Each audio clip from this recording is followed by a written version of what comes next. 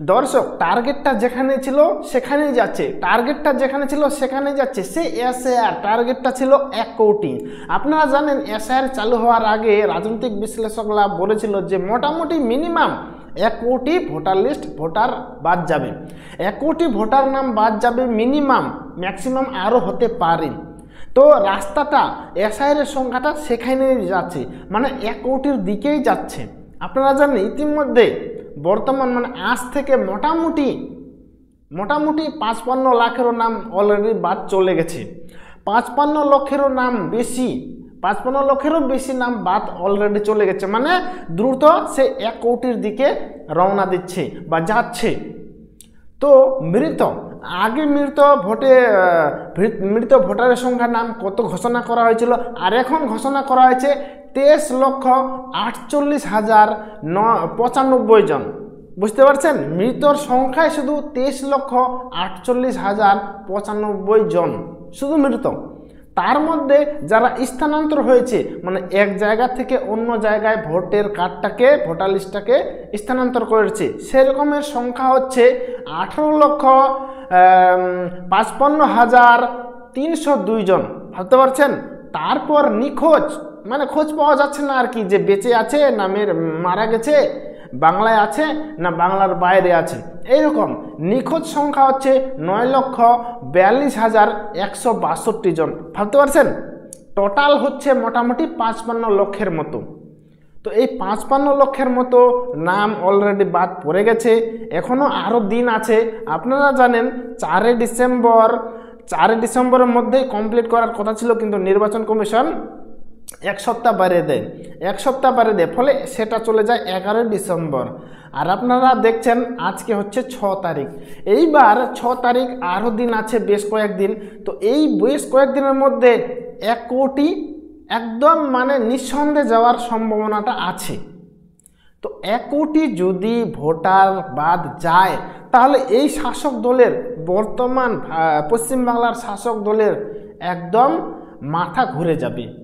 এবং কি ভোটের সময় 2026-এ এরা যে কত দুশ্চিন্তায় থাকবে, মানে কি বলবার, কিছু বলার ভাষা থাকবে না। এরা যেভাবে টেনশনে এবং কি দুশ্চিন্তায় থাকবে, ভাবতে পারছেন। 1 কোটি সংখ্যাটা কিন্তু ছোট না, বিশাল একটা মানে সংখ্যা। এবং কি এই 1 কোটির উপর ডিপেন্ড করেই আমাদের পশ্চিমবাংলার শাসক দল তৃণমূল ভোটে জিতত। এবং কি এটাকেই হাতিয়ার ধরে 2011 থেকে আজ পর্যন্ত শাসন করছে এই পশ্চিমবাংলাকে।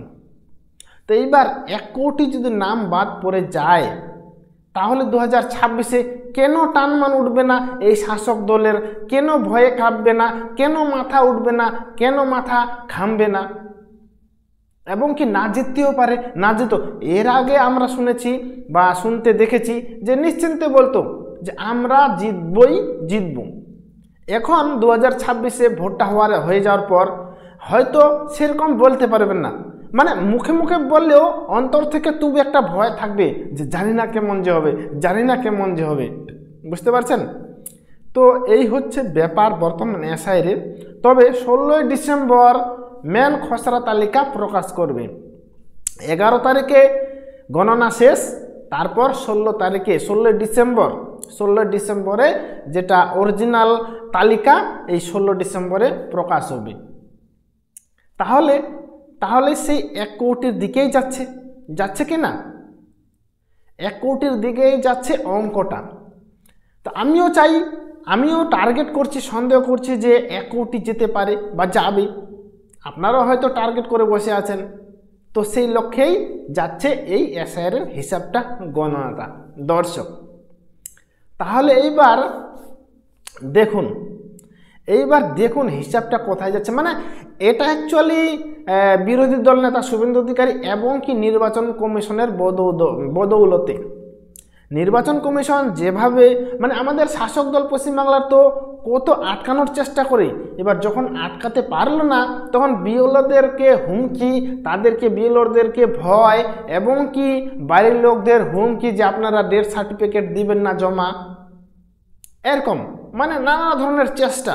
সেই চেষ্টাটাতেও যখন আটকানো গেল না নির্বাচন কমিশনের চাপে, নির্বাচন কমিশন সেখানে প্রতিনিয়ত চেষ্টা করছে নিখুঁতভাবে এসআইআরটা কমপ্লিট করার। তার জন্য সময় দিচ্ছে, আবার সংশোধনের সময় দিচ্ছে, অ্যাপটা আবার আপডেট করছে, বুঝতে পারছেন, মানে যাতে নিখুঁত হয়। নির্বাচন কমিশন চাচ্ছে যাতে নিখুঁত একটা ভোটার লিস্ট তৈরি হয়, যেখানে শুধু ভারতবর্ষের কিংবা পশ্চিমবঙ্গের যারা একদম নাগরিক, সুনাগরিক, তারাই যাতে মানে সেই ভোটারদেরই নাম যাতে ভোটার লিস্টে থাকে। নির্বাচন কমিশন এটা চাচ্ছে। তার জন্য নির্বাচন কমিশন বলেই দিয়েছিল যে আগে এসআইআর তারপর ভোট, এবং কি আমাদের পশ্চিমবাংলার মানুষরাও বলেছিল যে নো এসআইআর নো ভোট।